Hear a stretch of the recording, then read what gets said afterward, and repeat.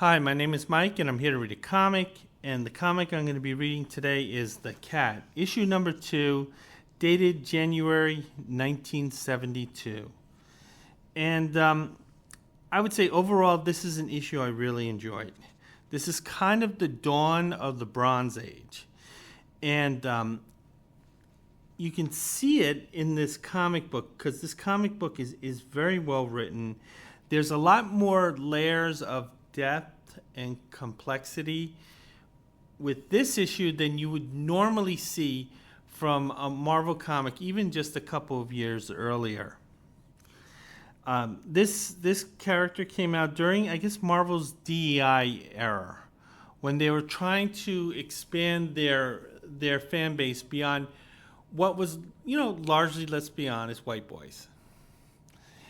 And this is a time where Luke Cage came out. It's also Brother Voodoo. There was Shang-Chi, and there was the Cat. These are some of the heroes in terms of trying to appeal to different demographics.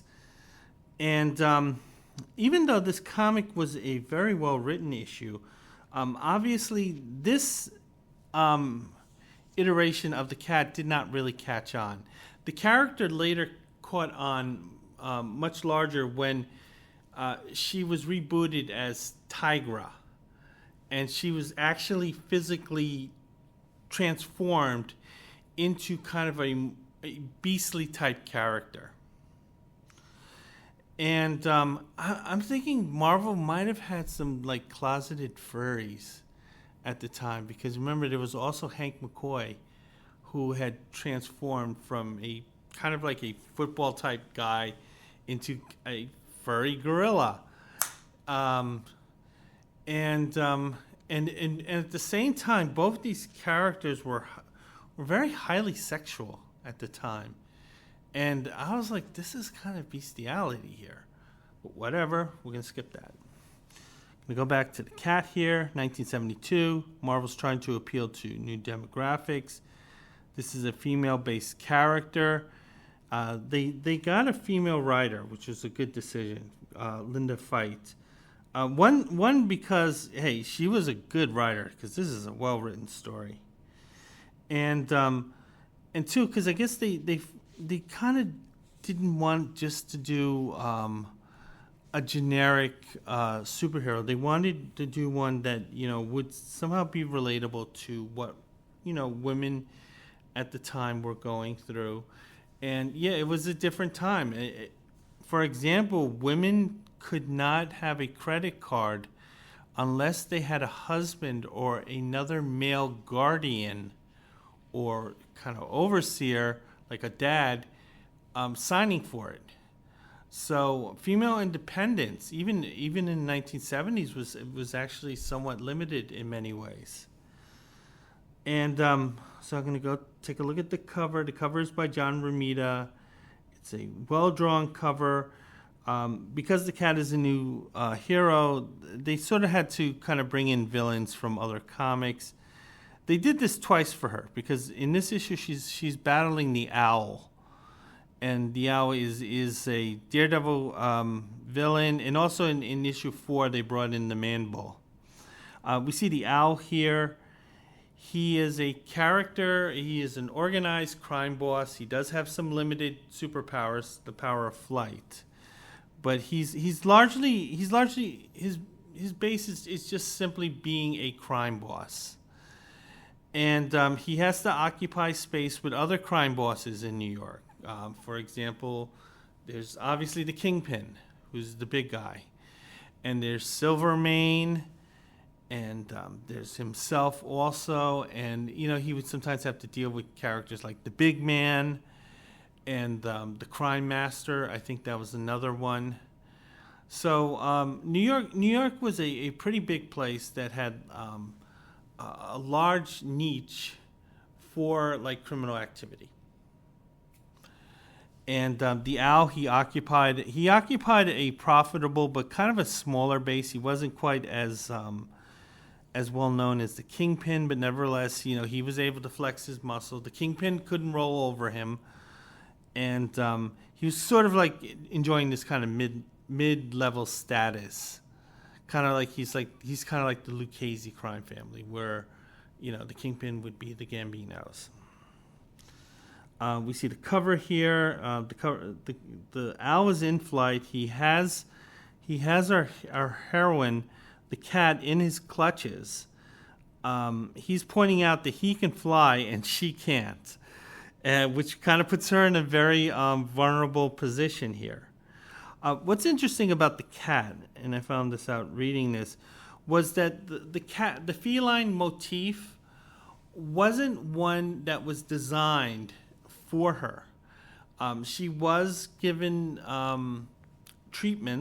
medical treatments, to physically enhance herself. So she's kind of like this superwoman.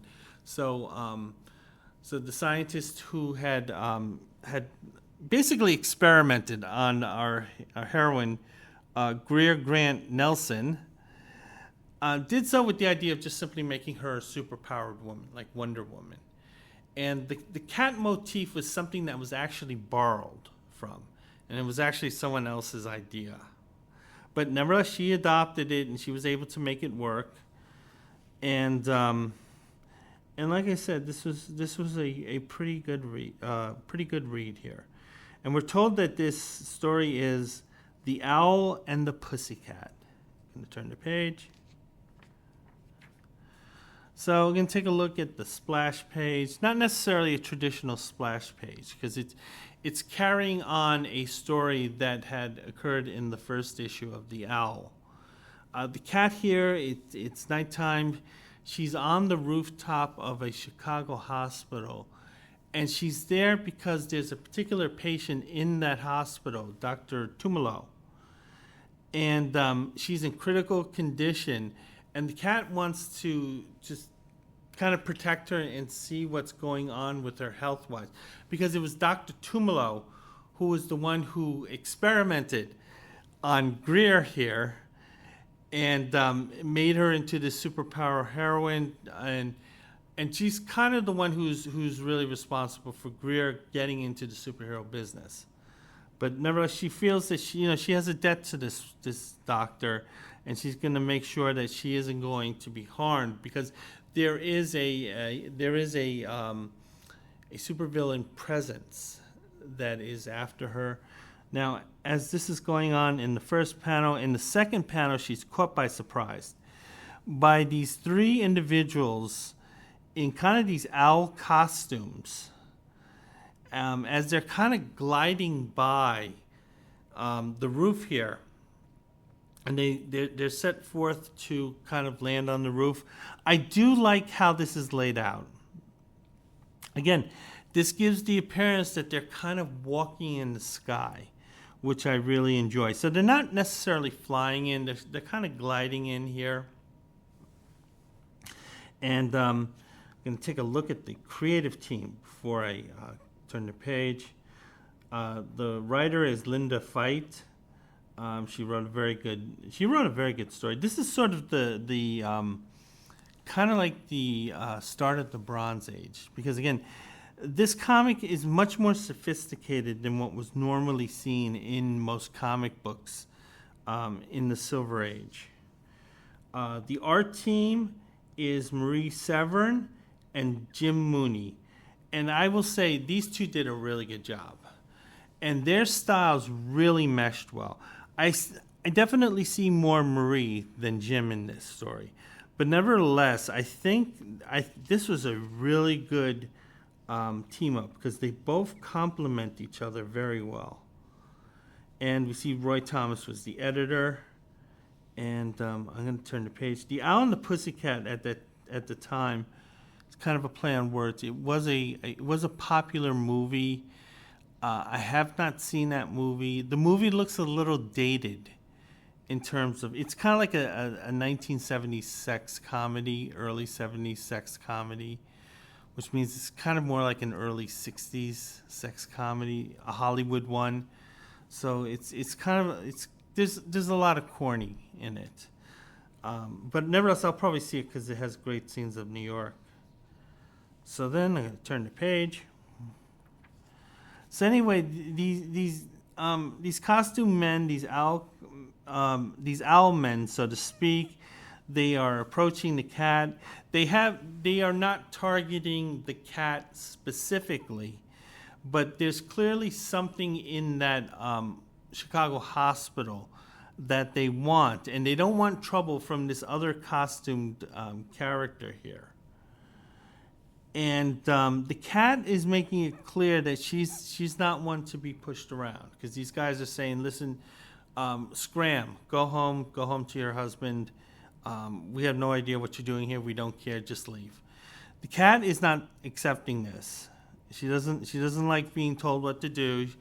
Particularly from guys who are dressed up like owls, and she's making it clear that she's not going anywhere. And she doesn't like the fact that they are armed and they are about to pull a gun on her.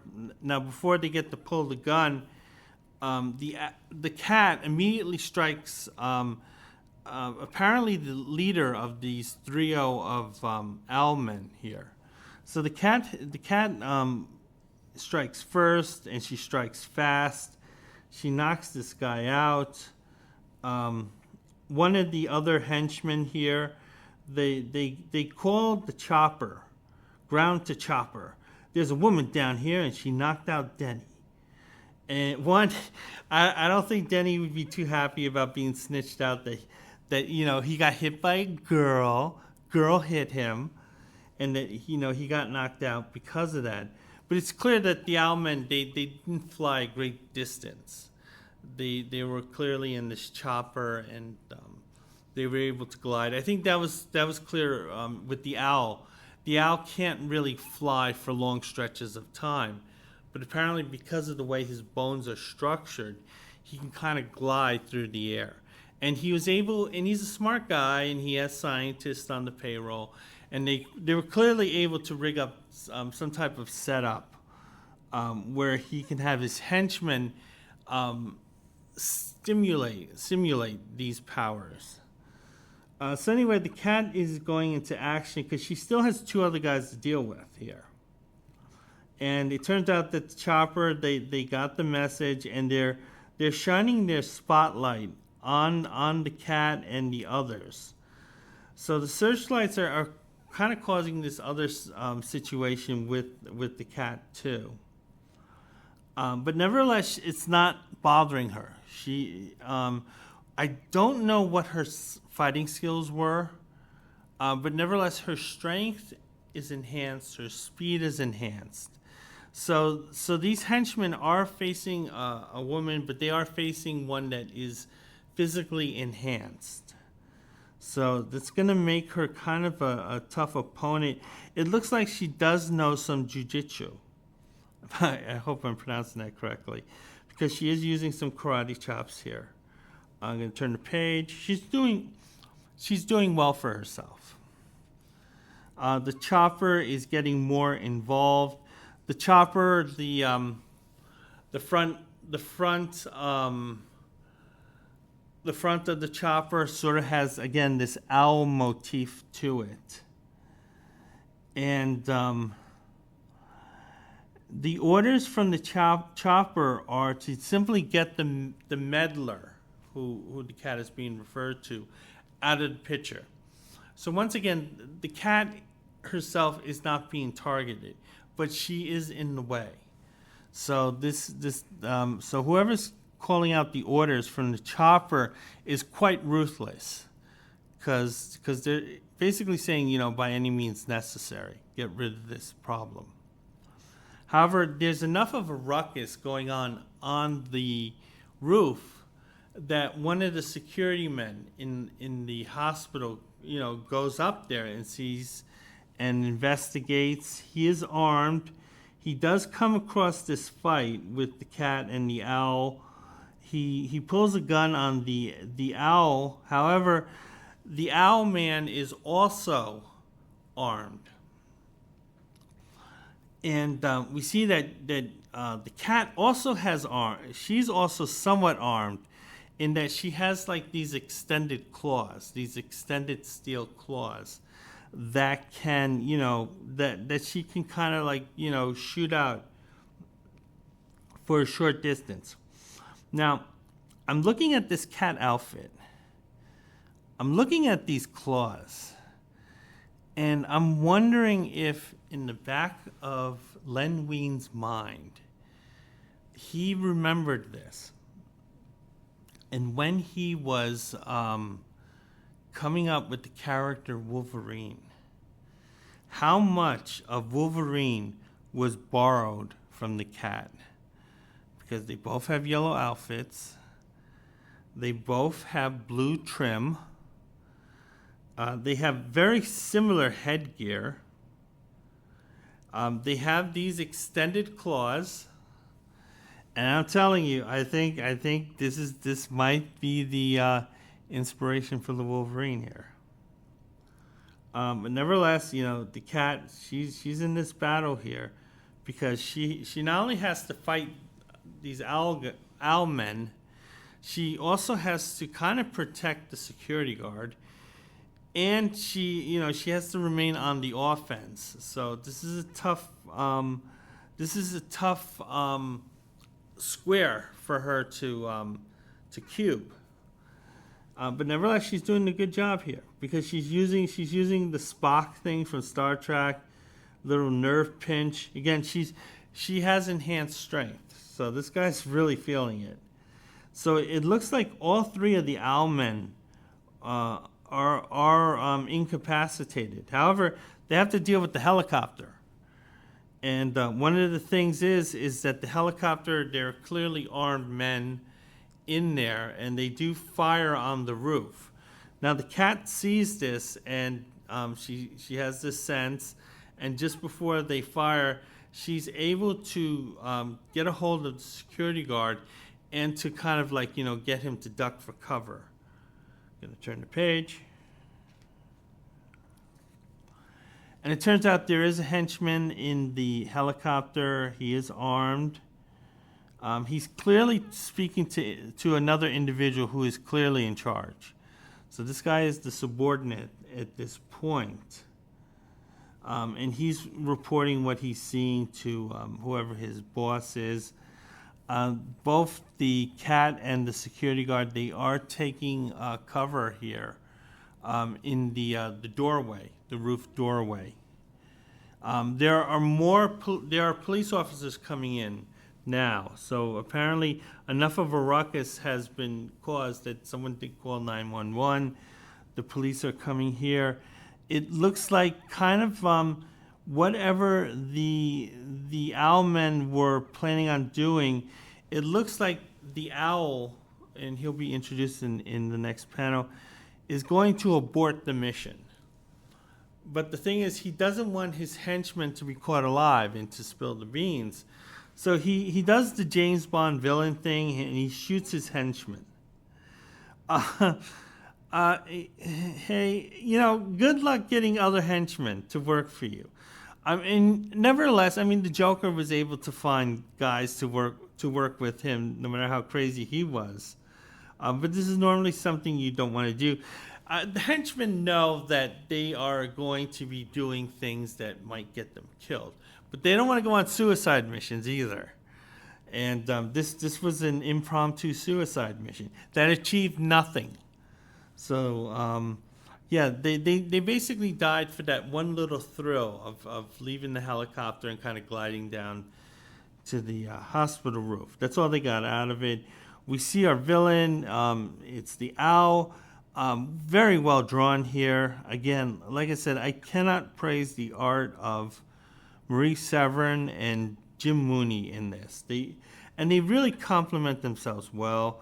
I think what I was most impressed with is the eyes. I thought that they did a great job with the eyes. I will credit Marie Severin for that, because I've seen Jim Mooney's eyes. He tends, for the most part, he does kind of draw those 1950s eyes, even when he was doing Spider-Man in the 80s. But I remember Marie Severin, she always did great eyes. We see that the cat is checking the henchman here. She sees that one is dying, but this person is kind of gonna go quickly. it turns out that the cat does have an extra sense, and she has empathy sense, so to speak. This was something that was big with Len Wein. Even though Len Wein was probably not involved with this issue, he always liked the heroes having a certain sense. One of the things he did with Captain America, he said that Captain America had, quote, America sense. And these are things, they sort of acted like spider sense. But with Captain America, it was America sense. And some of the guys, these rules that Len Wein used to come up with would drive him crazy. So the cat has empathy sense. She's empathetic. She's a feeling creature. And she feels that this henchman's life is kind of fading and going away. And he's going to be going into a place probably much worse than the one he is now. But nevertheless, the chopper goes away. The police officers and the security guard, they do have questions for her. Now, the security guard is aware that the cat did help save his life. So he is giving her the benefit of the doubt. He's not immediately attacking her or accusing her of anything. But at the same time, he does have a reasonable request. Hey, we need some information. We need to talk to you. You're kind of dressed a little strangely. You're on this rooftop. We need to talk. But she doesn't want to do that. However, she's looking to get away, similar to what Spider-Man would do in this situation. But she's also feeling vibrations from Dr. Tumalo, as if somehow Dr. Tumalo's feelings are being transmitted to the cat, and the cat is receiving them. So right now, the cat is reacting to what she believes are Dr. Tumalo's wishes. And it looks like she's about to run. And we're told on the bottom of the page that Frankenstein is back and Marvel's got him. Yeah, Marvel also was trying to go into the horror demographic. You know, kids who liked horror. There was, remember, Tomb of Dracula. There was the Frankenstein monster. There was Werewolf by Night. Werewolf by Night, strangely, singer James Brown was a fan of that comic book. And there were a few other kind of like The Mummy they tried, to varying success. I think none of them were like huge hits, but I think they made money because many of them, particularly Dracula and Werewolf, they ran for multiple years. Going to turn the page. So we see the cat. She is diving off the rooftop here. However, because her outfit has these metal claws, she is sort of able to use them similar to how Spider-Man would be able to use his wall crawling powers. She's also, remember, she's also physically enhanced. So she has the highly developed strength and agility. So she's able to take this fall where she basically kind of dive bombs from the top of the roof to the side of the building. Here, so she's sort of like not necessarily diving away from the building, she's diving toward the building. And she's able to do this simply because, you know, with the help of the claws and her enhanced strength. So at this point, she's kind of Spider-Man here. And she's kind of thinking to herself that that this has been quite an adventure for her. And she's only been a superhero for a couple of hours. And she's kind of finding this whole situation completely unbelievable. From, you know, this is where she started to where she is now. It's also taking kind of an emotional toll on her and a physical toll. We see she's she's actually quite sweaty. She's a beautiful woman, but she's a sweaty woman here. She doesn't believe that what's going on is even real. She's thinking that maybe she's hallucinating this, and that maybe there's a little bit of regret for being involved in this experiment, which has gotten her to this place. I'm gonna turn the page. One thing I have to say is that the scan that I'm reading from doesn't have the ads. Although I think it does have the Marvel checklist, which I like. It does. So anyway, we see the cat. The cat is looking in the window of the room that Dr. Tumalo is in. We see Dr. Tumalo, scientist, kind of. I wouldn't say she's a gilf. It's kind of like an Aunt May type. And she's in a coma. We see that there's a doctor and nurse in the room. These eyes look like Jim Mooney eyes. And they're talking to an individual who has introduced himself as Dr. Tumalo's nephew. But the thing is, this turns out to be a lie. And this is imparted to the cat a little later on. The nephew kind of looks maybe a little like Jeffrey Epstein, but with a bigger forehead. And anyway, the thing is that this is 1972, so there was no internet or kind of computer network that they could check. So they kind of had to take this guy's word for it, that he's the nephew. They're letting him know that they can only wait at this point. They don't know whether Dr. Tumalo will awaken from the coma that she's currently in. Jeffrey Epstein here, he's asking about what was going on up on the roof. Doctor says there's no details. He said there was this adult woman in a cat outfit. Once he heard adult woman, he was not interested. And he said he'll be back to check in on Mrs. Moneybags. I mean his aunt tomorrow. So everyone leaves the room, and finally the cat, who is waiting outside, because again she was like basically wall crawling.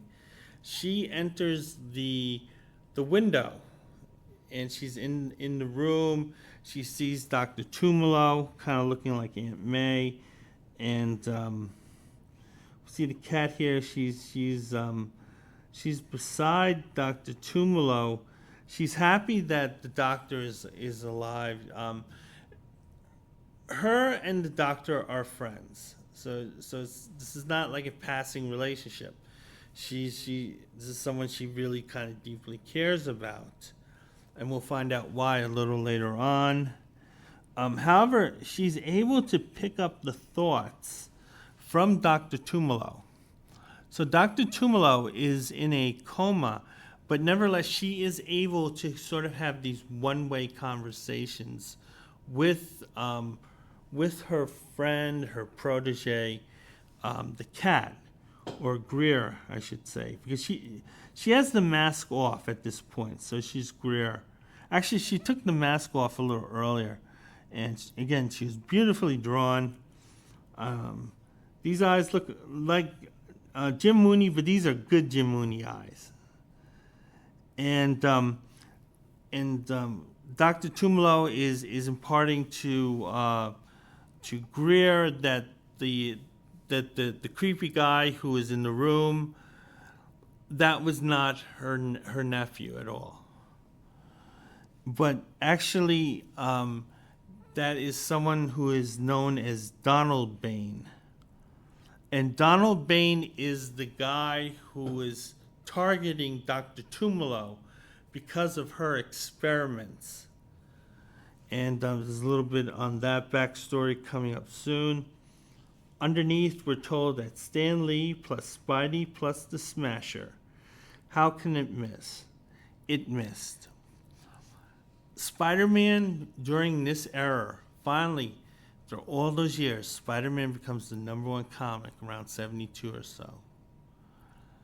Or at least, like the per capita readership. Because I think Superman was still #1, but Superman would sell about maybe 50% of the comics that were produced. Whereas Spider-Man had a smaller run, but Spider-Man would sell out 75% of the comic books produced. But the thing is that just after that two-parter with Morbius and the Lizard, those Spider-Man comics got really bad.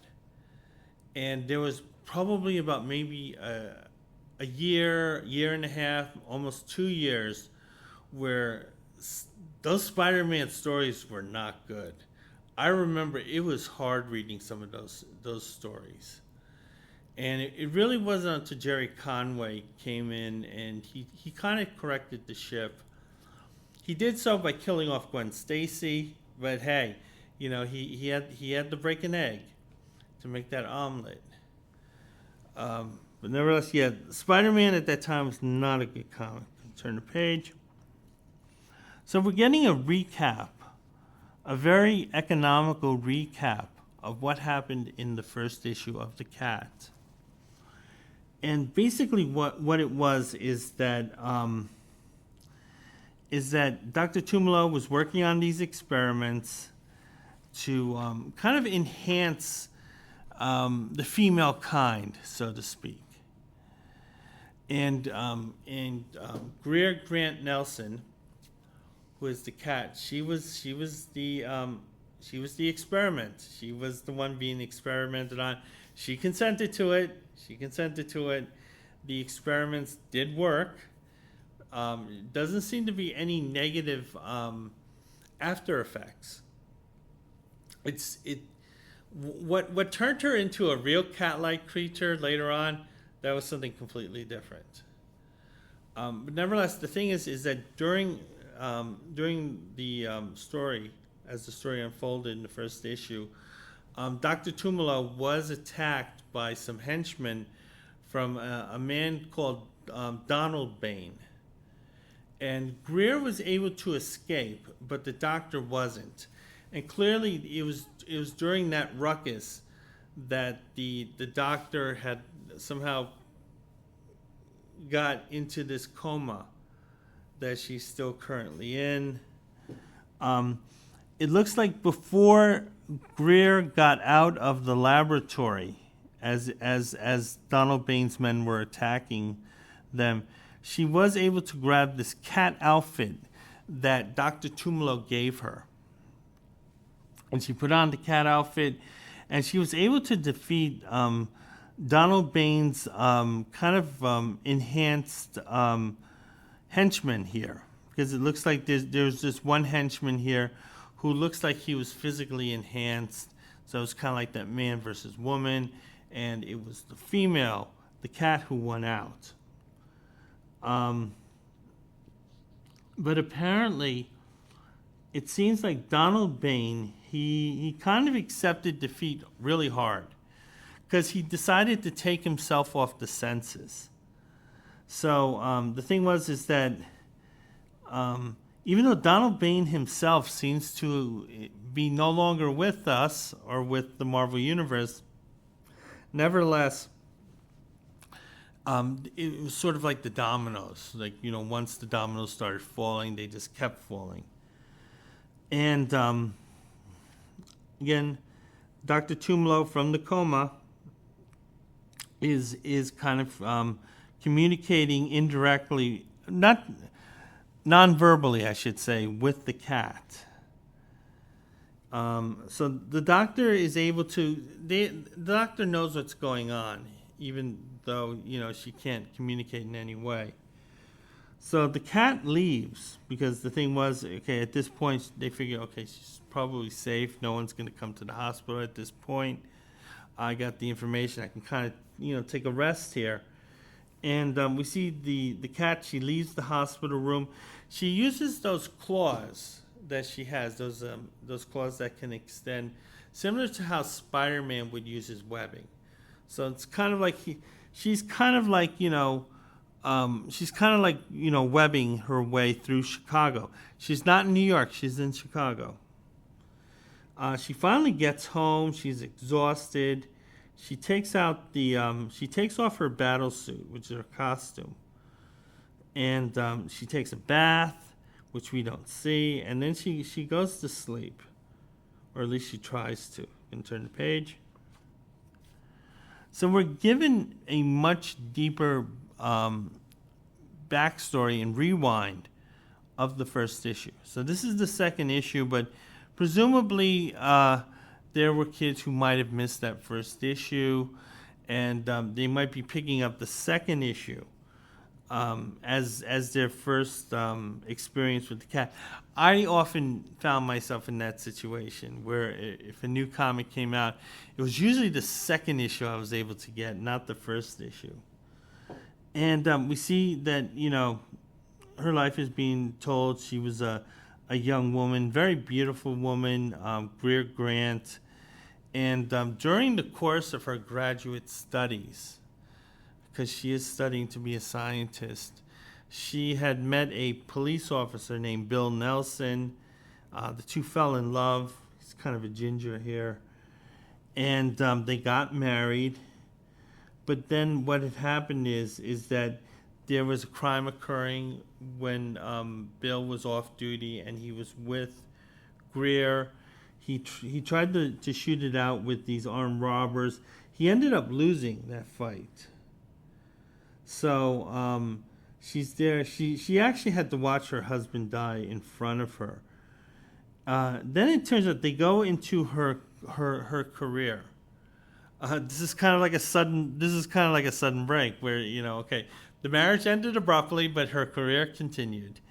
But the thing is, again, she's a woman, she's a girl, and she found that being a girl in the professional fields was a little trying. A lot of men did not want to give her an opportunity. When she was given an opportunity, she had to accept lesser pay. She had to accept, more hours. She realized that any discoveries, that she uncovers, there's probably going to be some guy who's going to take credit for it. So this is very much like the glass ceiling for her. But nevertheless, she still persisted. But nevertheless, she didn't forget that, how she was treated as a second-class citizen. Then she was kind of like really being disillusioned, kind of like, just kind of beaten down by the system, by the man. But then she met Dr. Tumalo. And Dr. Tumalo was a female scientist. She was a pioneer. Whatever Greer was going through, it was far worse for Dr. Tumalo. But Dr. Tumalo had developed a method to super soldier women. And her first test subject was going to be on Greer. So not only was Greer a research assistant with Dr. Tumalo, she was also the guinea pig. And Greer, she set forth on kind of this program to prepare herself for the physical enhancement. So when Dr. Tumalo was saying, listen, I have a kind of a method, a serum that will super soldier you. Greer, she really took the project at heart. She worked on making herself a better person. She studied more. She went into the STEM research fields. And while Dr. Tumalo was working on the super serum, Greer was sort of helping her and also becoming a better version, a better test subject. However, there was a problem came up. And the problem is that Dr. Tumalo's experiments were being financed by this really sleazy Elon Musk type character. And the thing is that this kind of equity guy, this tech bro guy, um, he wanted his girlfriend to be the test subject, and his girlfriend is definitely a pick me girl, kind of like one of these smug pick me girls who's fine with inequality as long as she gets hers. So, but the thing, and her name is Shirley Bryan.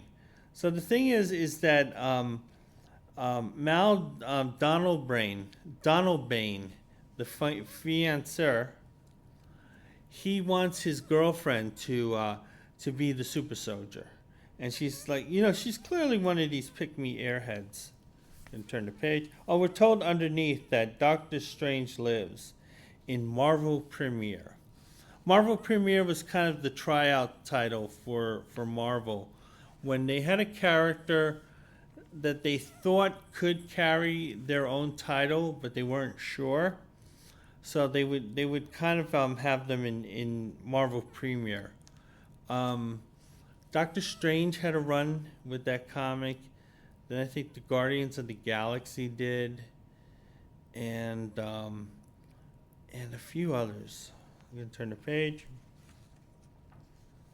So anyway, it's clear that this girlfriend, Shirley, was really an unworthy candidate for this treatment.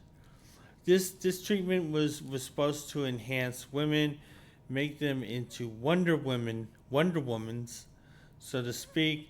But clearly, this Shirley woman is just not worthy of this title. Dr. Tumalo knew that. The thing is that what she did was that she continued her experiments with Greer secretly. So publicly, it was Shirley who was the one receiving the treatments, but when Shirley left for the night, Greer would come into the laboratory, and Dr. Tumala would secretly enhance her along with Shirley. And again, the experiments were working with both women. But the thing is, the outcomes were much different. Where Greer, she thrived under these experiments. Not only did her physical abilities enhance, she developed a greater mental prowess. She developed her empathy sense, as Len Wein would probably say it, and she was really kind of growing. Whereas it was different with Shirley. The physical stuff happened with Shirley, but the thing was, Shirley was not a good person, and she was entitled, and she was a bit of a pick-me girl, and Shirley was just kind of like becoming a worse. She was becoming a kind of a worse version of herself, in that she was becoming more physically imposing, but she was still kind of a little shit. And this is what the financier wanted. So anyway, what had happened was that Dr.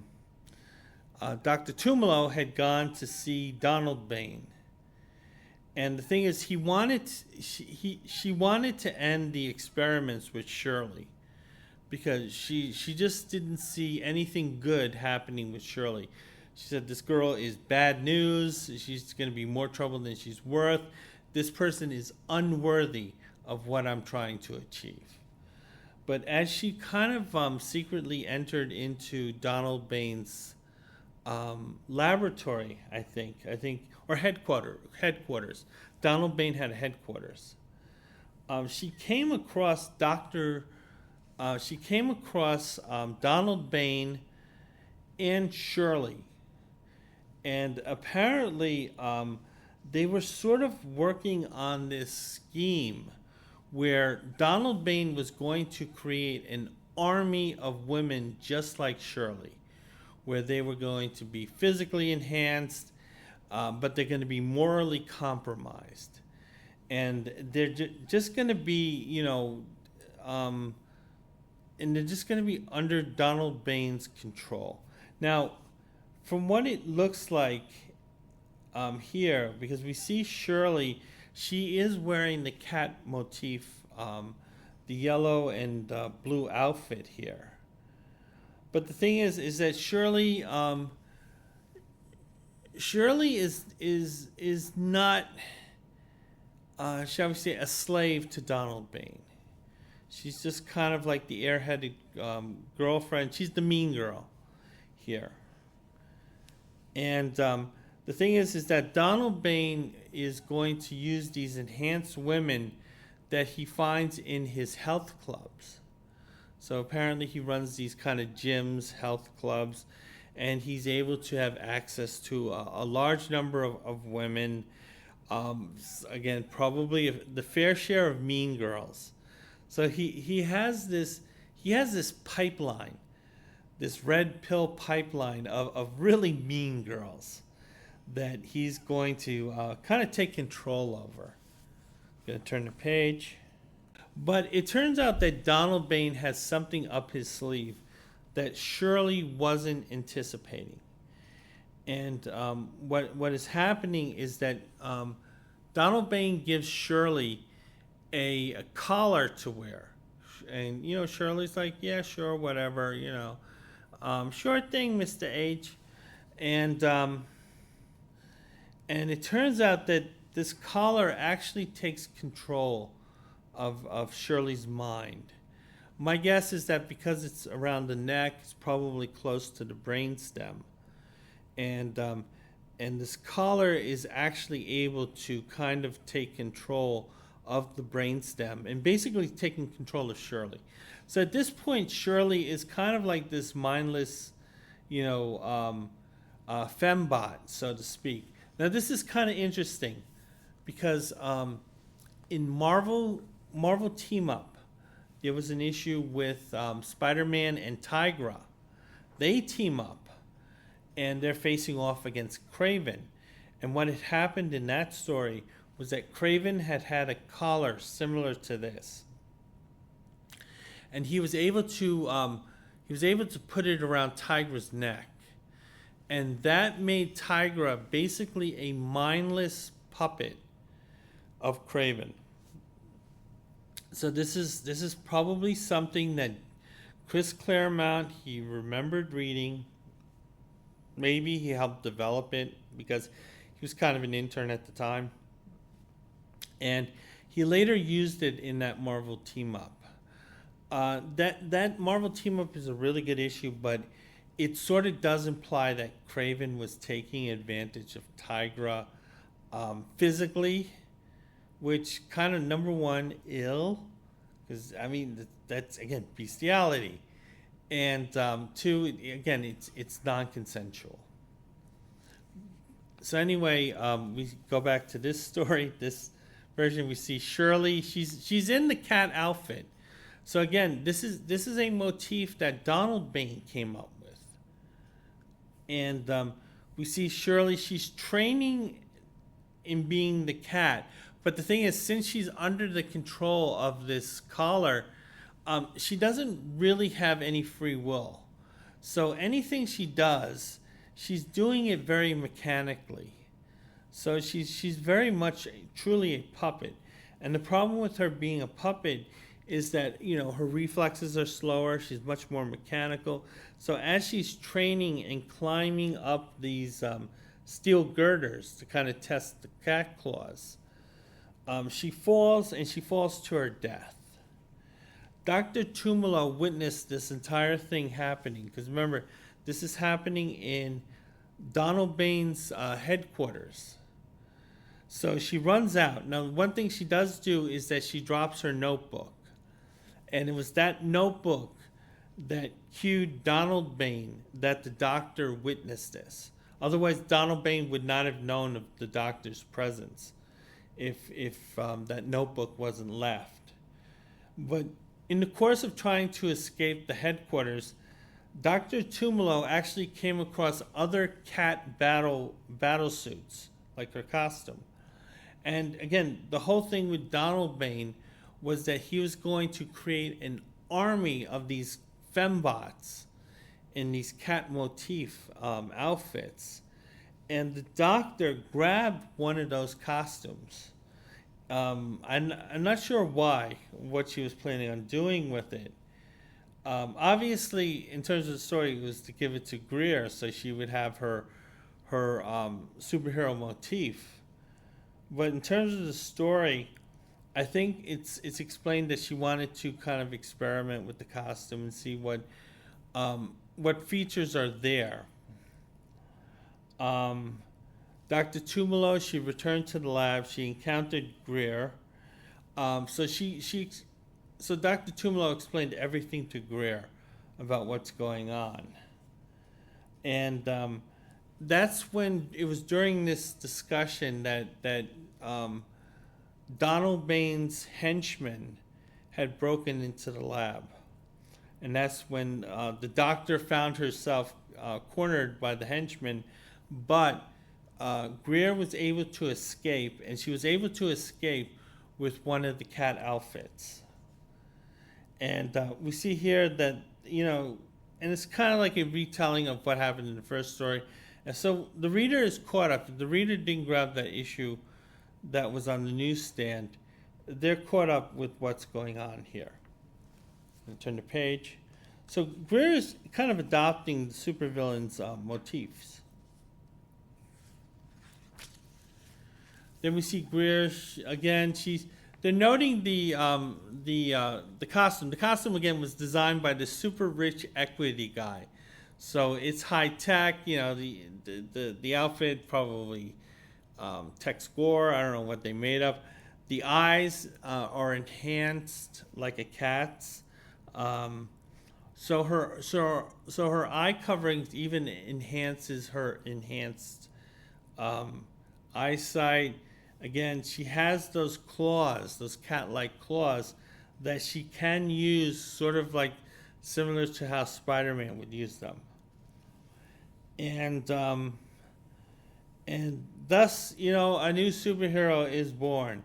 And Greer, she's sleeping in her comfortable bed. She has the outfit right next to her, looking absolutely beautiful, just looking like Jacqueline Smith in her prime. And she's accepting the costume. She's saying, listen, I know it's the bad guy who created it. I know it's stolen. But she's saying, fuck that. Fuck that. The world needs the cat.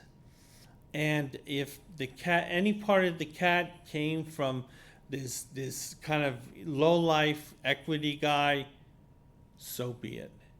It's a means to an end. And that's how she's taking it.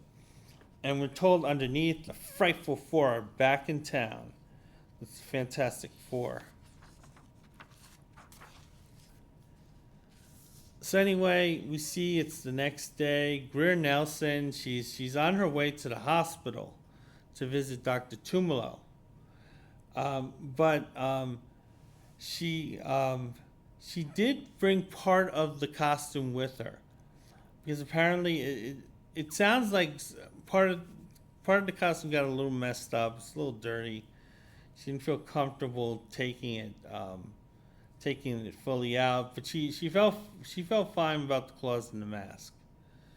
So anyway, she's at the hospital. She's at admissions. She's trying to get into Dr. Tumalo's room, see how she's doing.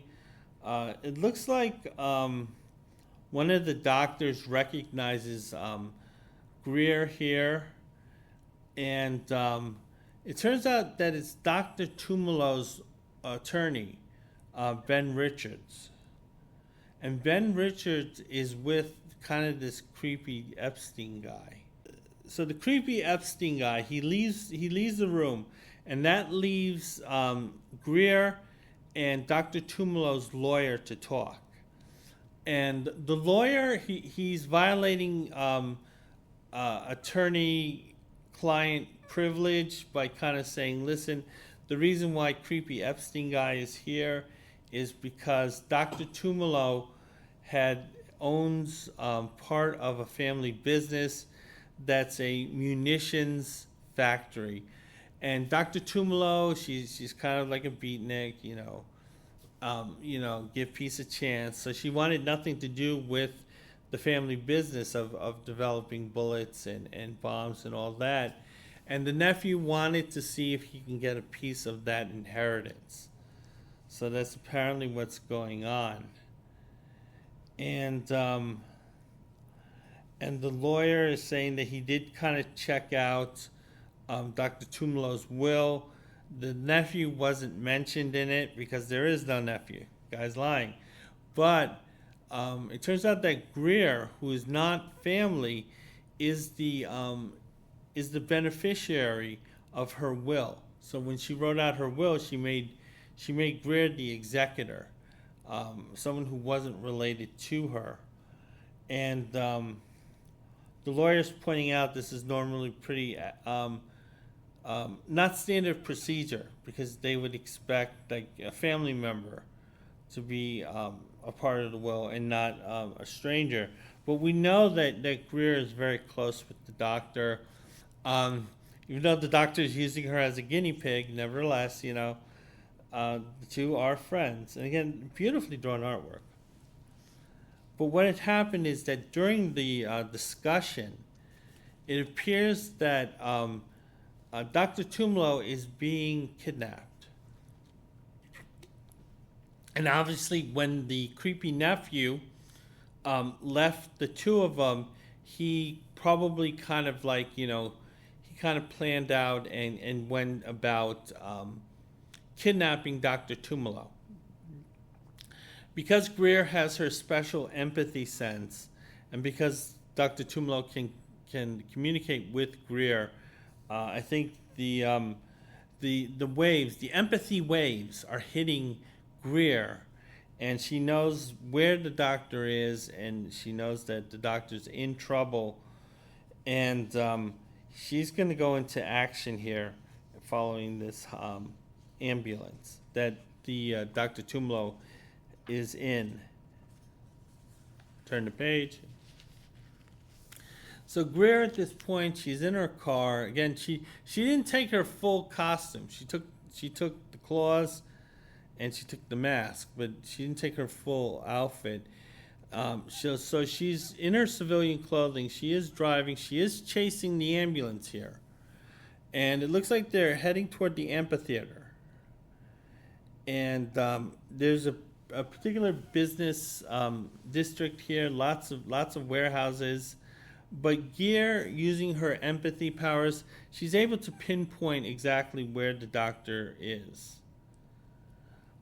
It turns out that creepy nephew, creepy Epstein guy, he was behind the kidnapping of Dr. Tumalo. Dr. Tumalo is still in a coma, so his henchmen are taking her out on a stretcher. The other henchmen, they're aware of Greer's presence. They notice that, one, she's a really hot chick, and two, that she's still following them. So they realize that she's going to be a problem. She parks in front of where they currently are situated. It looks like at this point, creepy Epstein guy, he's operating out of a warehouse. So this is obviously a temporary thing until he can move her into a more permanent facility. The henchmen, they're aware of Greer's presence, and they sandbag her by saying, "Hey, baby, what are you doing here?"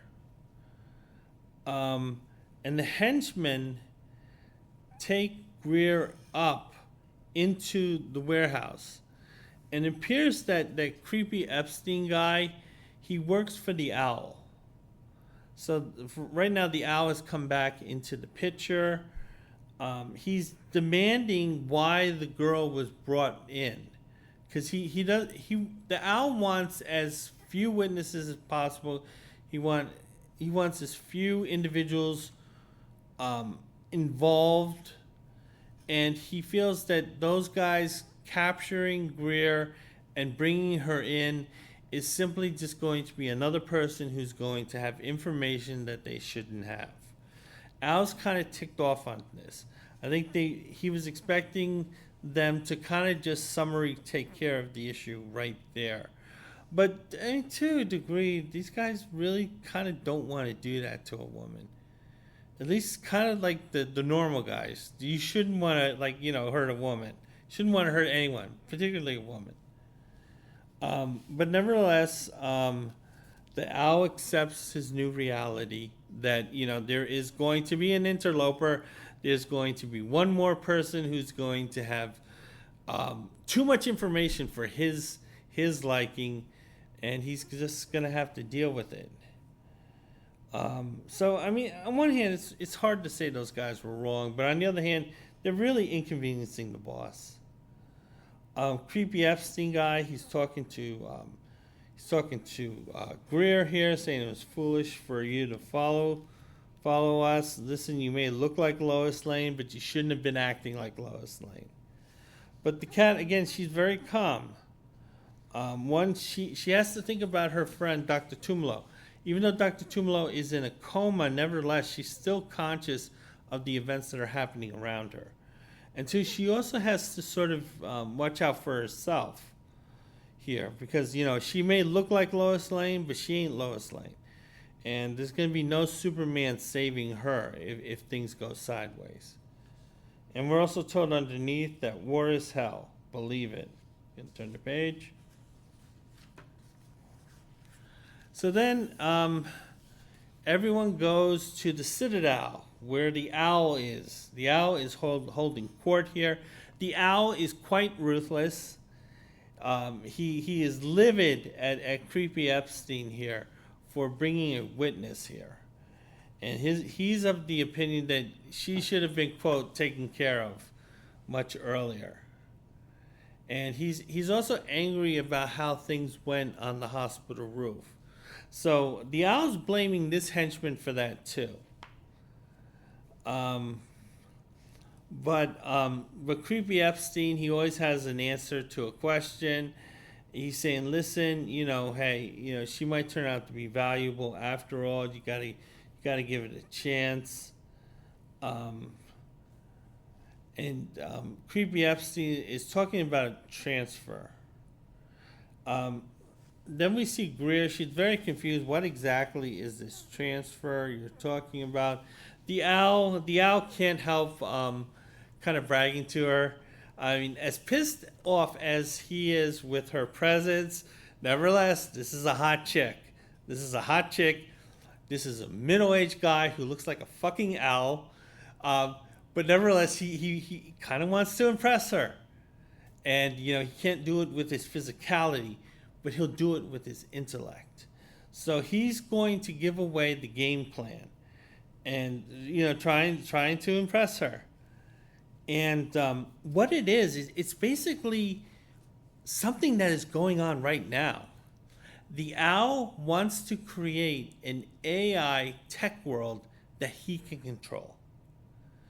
And this is exactly what's going on with Peter Thiel and what's that other guy? Sam something. And these guys who want to use AI to take over the world. So basically what it is that the owl has all these physical tapes that has all the knowledge, the known knowledge of the known world. The owl, basically he's going to web scrape what information that he can from this. He's going to create this huge AI network. He's going to have all these data centers, and he's going to take over the world. The only thing is he needs an internet. No one has invented the internet for him. But once that internet is up, the owl is ahead of everybody. So that's what's going on. And the owl apparently has this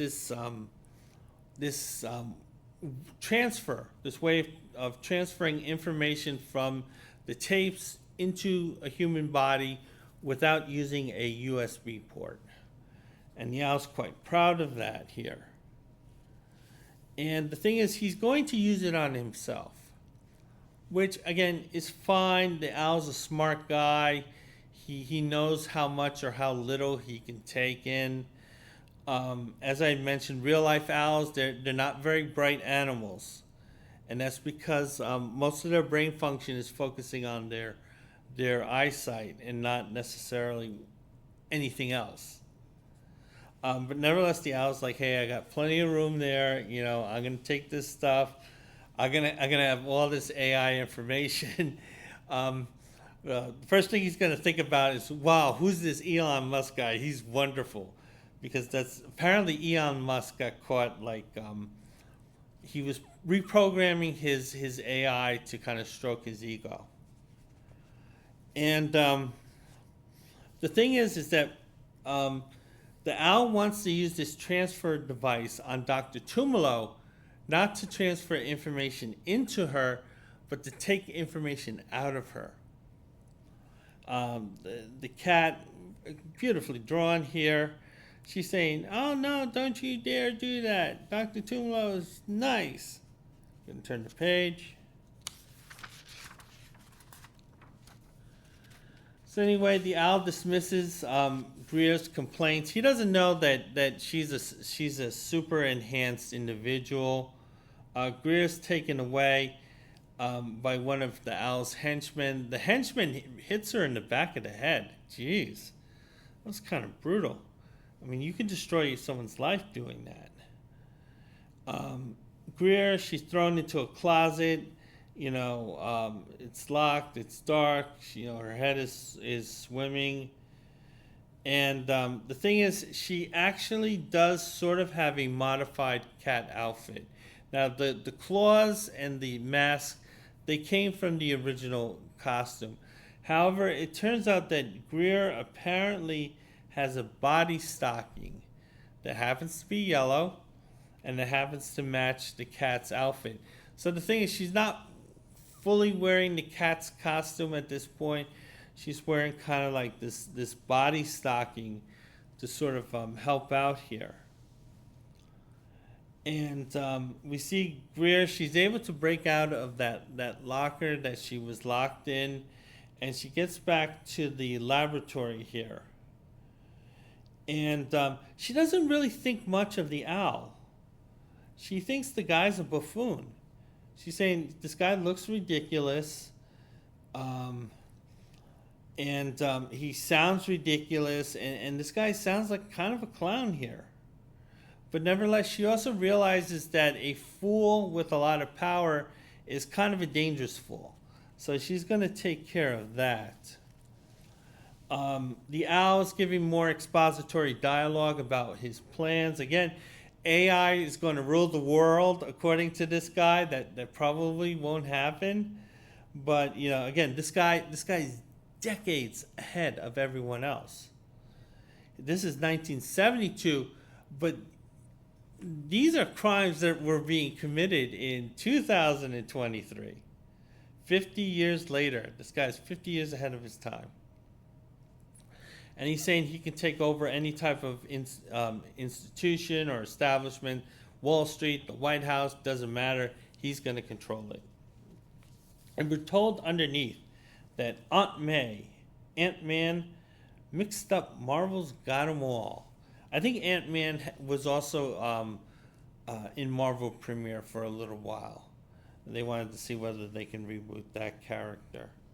Turn the page. There's a lot of story here. So anyway, the cat, she leaves the owl to his rantings, to his henchmen, similar to like Dr. Evil when he was going off with his henchmen. The cat's not receiving any type of signals from Dr. Tumalo. So she's thinking that she must be really unconscious. Again, the cat's doing some Spider-Man stuff.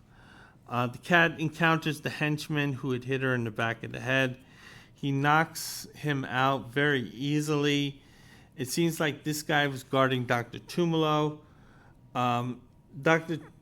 The cat's like wheeling her out of the ward that they're in, because they're in this headquarters here.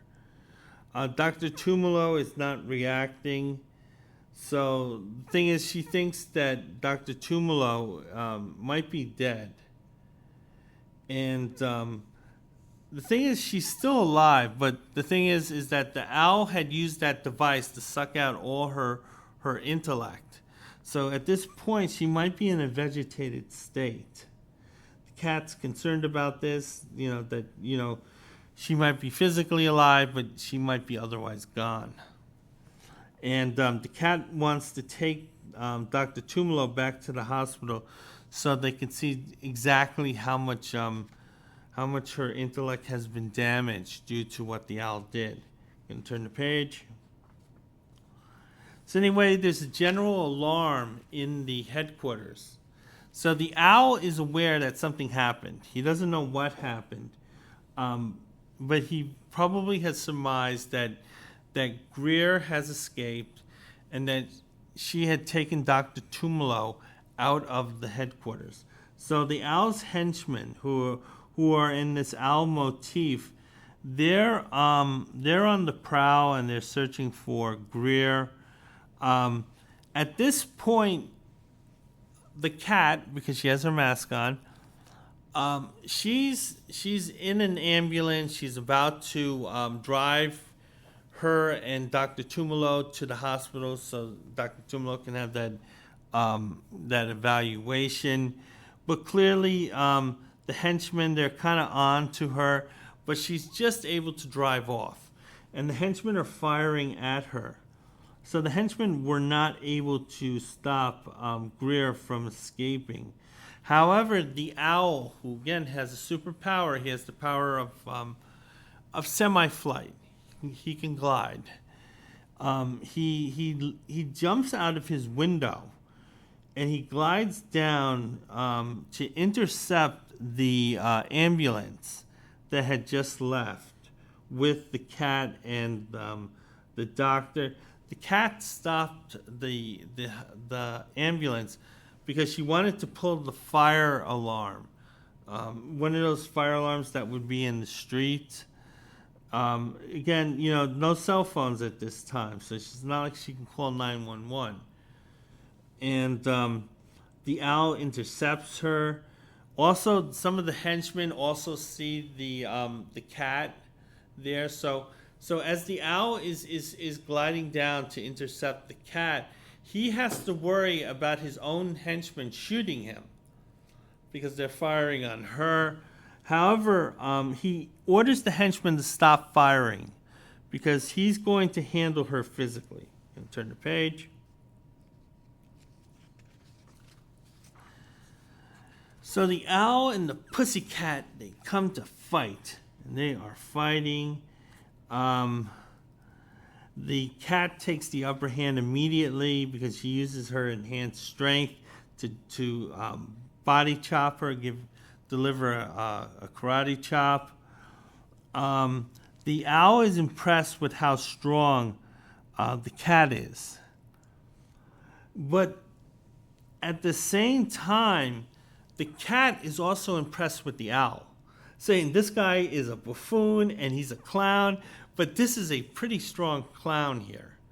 So again, the owl has sort of these kind of semi-powers where he's clearly stronger than an average man. He does have the power of semi-flight, so he is a somewhat formidable opponent. Remember, this is a guy who gives daredevil fits. This is a guy who the kingpin can't roll over. He has to concede space in the crime capital of the world.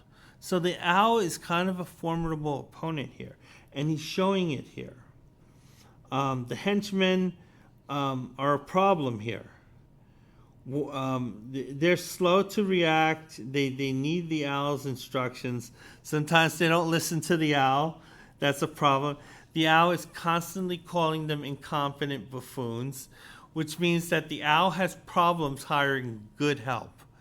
Now, if you're constantly complaining about how buffoonish and incompetent your henchmen are, to the point where you're shooting them and killing them, the owl has to take responsibility for that. That's on the owl here. The owl is kind of like feeling a little sorry for himself here because he kind of left New York to get away from all those superpowered individuals, and now they're following him to Chicago. And this is kind of like angering the guy. And we're also told underneath, today the Crypt, tomorrow the world. Again, that was more horror titles. Going to turn the page. So then, the owl and the cat, they're struggling together. The cat is pointing out just how twisted the owl is, saying this guy, dude, you're a real asshole. Because what she's noticing is that apparently, I guess there were a string of individuals, well-known intellectuals, who were sort of acting lobotomized. And it seems like this is how the owl was collecting his AI data. He was just taking some really smart people, he was hooking them up to this machine, he was sucking out their knowledge, he was putting it on tape, and then afterwards he kind of just abandoned these people. And I guess some people kind of started noticing, hey, how come these really smart people, are having these mental lobotomies? And the cat kind of figured it out that it was the owl who was doing that. The owl's being a jackass. He's saying, well, they didn't complain afterwards. I mean, geez, isn't that some success that these lobotomies were working, that the people who are lobotomized, they never complained about it? So the owl's kind of a real jerk. He's a cold-blooded jerk. But the thing is that the owl, again, he's a coward at heart, and he's saying, listen, as much as I enjoy talking to you, as much as I enjoy kind of physically this physical contact we're having, I gotta go because I can't be caught by the police here, because the police are rushing in the battle theater here.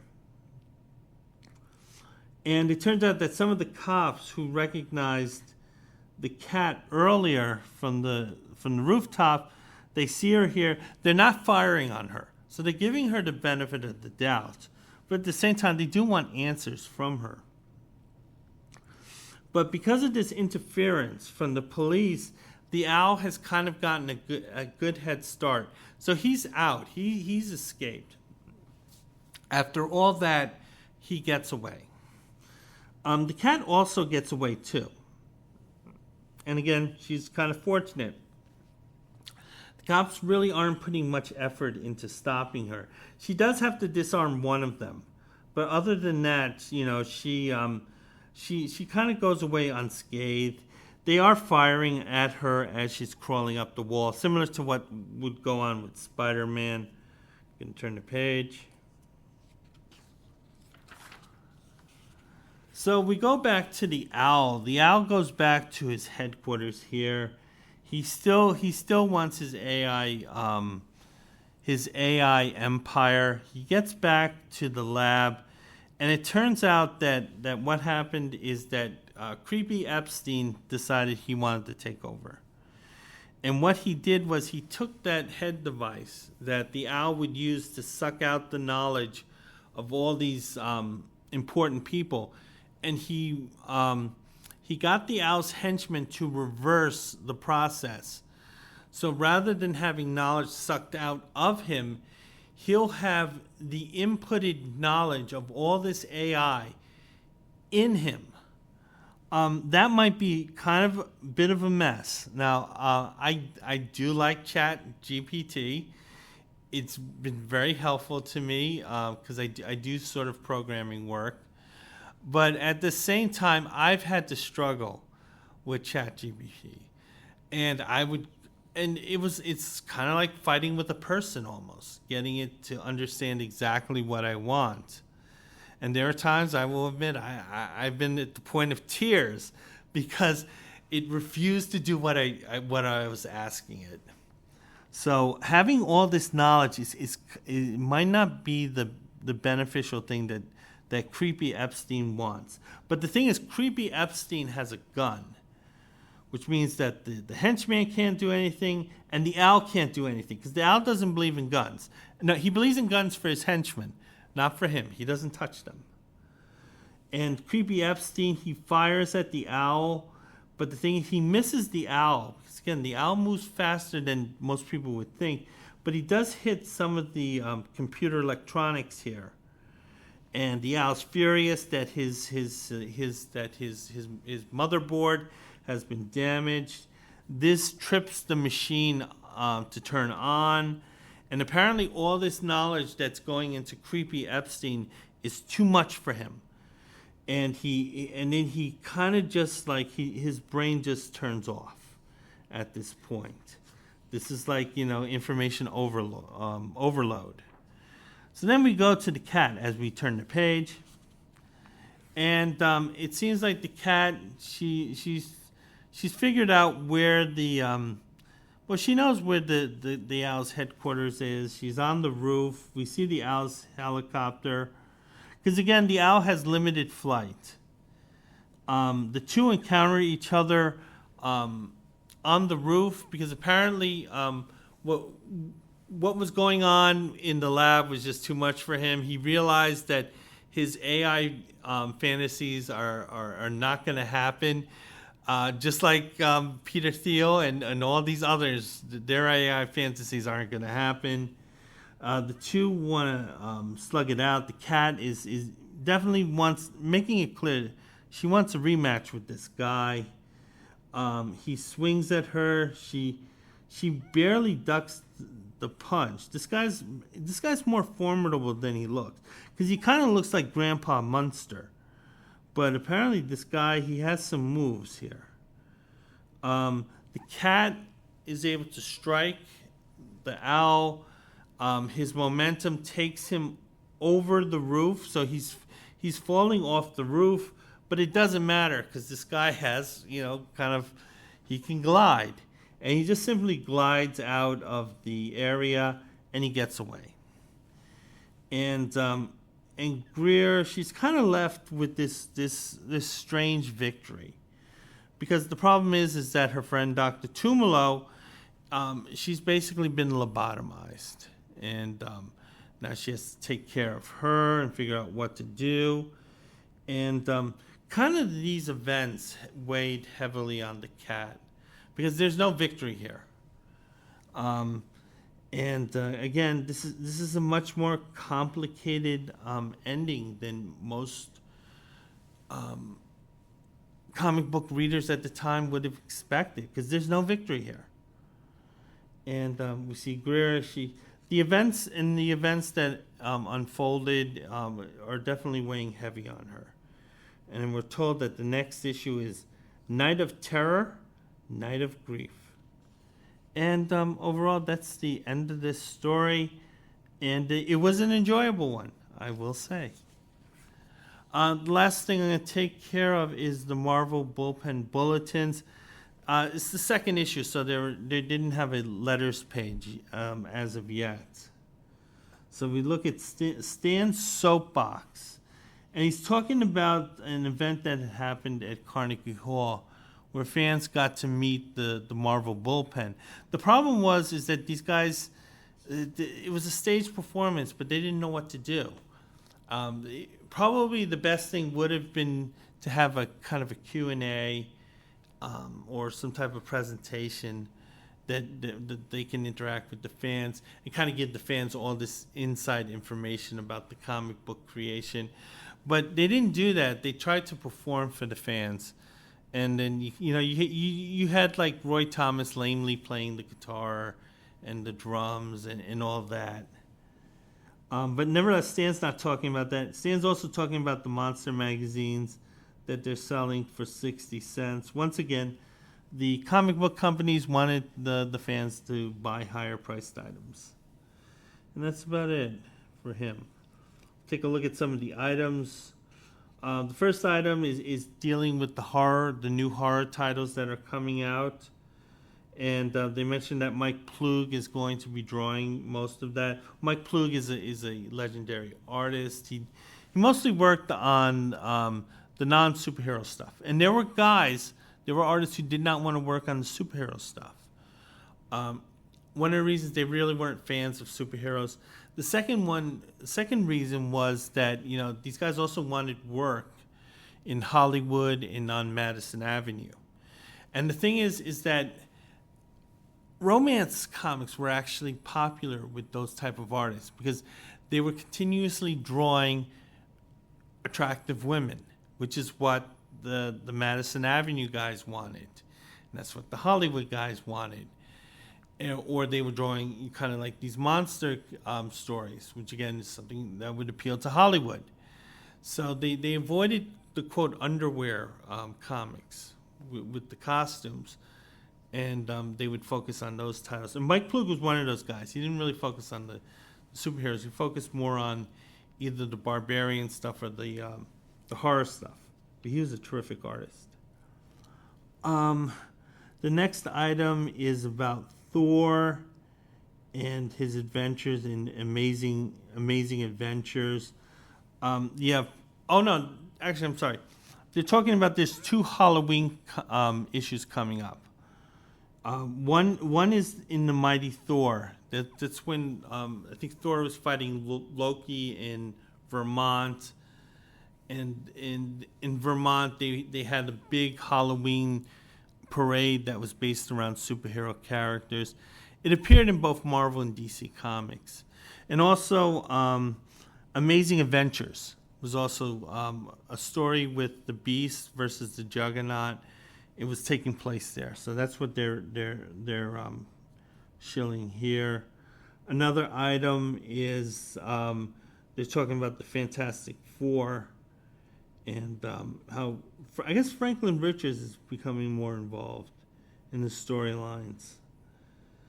And then they're talking about, let's see, Rich Buckler, apparently he had a kid, I think. Yeah, he had a kid a few days ago. Well, his wife had the kid. Rich contributed to that, but his contributions happened 9 months earlier.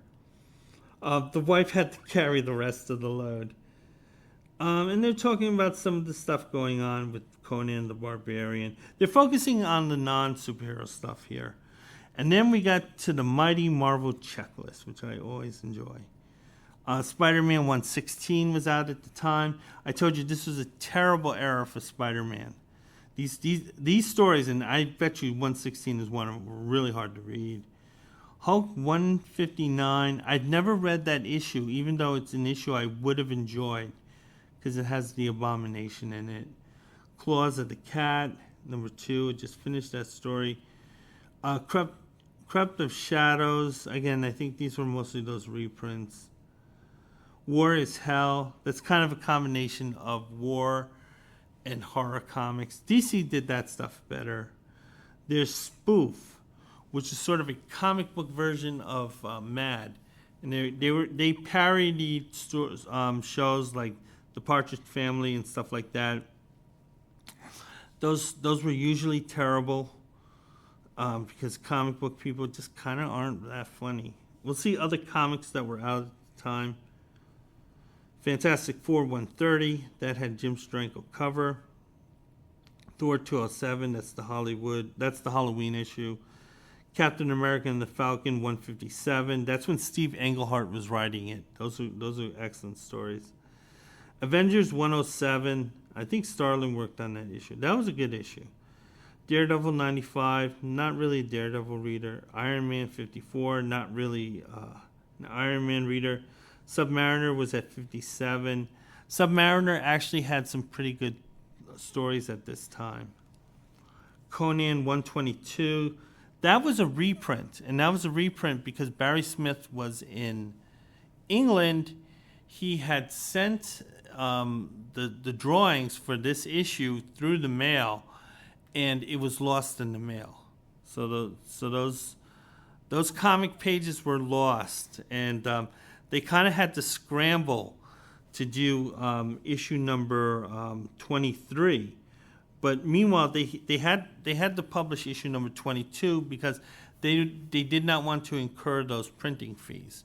Because if you miss an issue, the printers will heavily fine you for that. Hero for Hire 5.